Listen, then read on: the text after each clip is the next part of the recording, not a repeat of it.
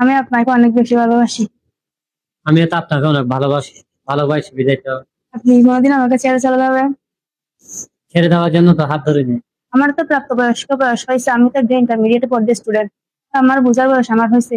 আমি আমার ভালো মন্দ চিন্তা করে আমি ওনার সাথে লড়ছি। আমি ওনার সাথে 6 মাস রিলেশনে আছি। আমি আমার ফ্যামিলিকে জানাইছিলাম ওনার কথা। আমার ফ্যামিলি ডাইরেক্টলি বলে দিচ্ছে যে ওনাকে দিবেন না আমাকে। এটা তো ওনাদের ভিতরে আছে, এটা তো আমাকে বলে নাই ওনার। আমার আম্মু আর আপু বলছে না, আমার আব্বু তো বিদেশে থাকে। আমার আপু আর আমার আম্মু বলছে যে ওনাকে দিবে না। তো ওনাকে যখন দিবে না বলছে আমাকে বাইরে দিয়ে যেতে চাচ্ছি। এরপরে আমি ওনাকে বলছি। ওনাকে বলার পরে উনি বলতেছে আমার একটু সময় লাগবে, আমার ক্লিয়ার হোক।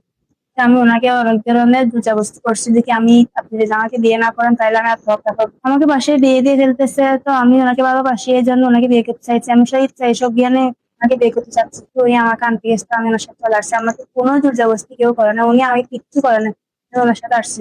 আমার তো প্রাপ্তবয়স্ক বয়স হয়েছে, আমি তো একটা ইন্টারমিডিয়েটে পড়তে স্টুডেন্ট। আমার বোঝার বয়স আমার হয়েছে।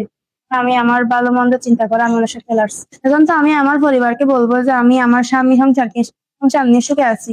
এই কারণে ওনাদের কোনো প্রেশার দেওয়ার তো কোনো কারণ দেখতেছি না। আমরা বিয়ে করছি, সবগুলো তো ডিপেন্ড করতেছে আমার বক্তব্যের উপর। ওরা যদি আইনের ব্যবস্থা নেয় তাহলে আমি বক্তব্যের মধ্যে বলবো, আইনের মধ্যে সমস্যা নাই। ওনারা যদি আইনের মধ্যে যদি ব্যবস্থা নেয়, আমার হাজবেন্ডকে যদি কোনো কিছু করে ওনারা আইনের মধ্যে, আমি তো ওখানে বক্তব্য দেবো, সমস্যা না, আমি বলবো আমি তো ওখানে ভালোবাসার ইচ্ছা আসছে না।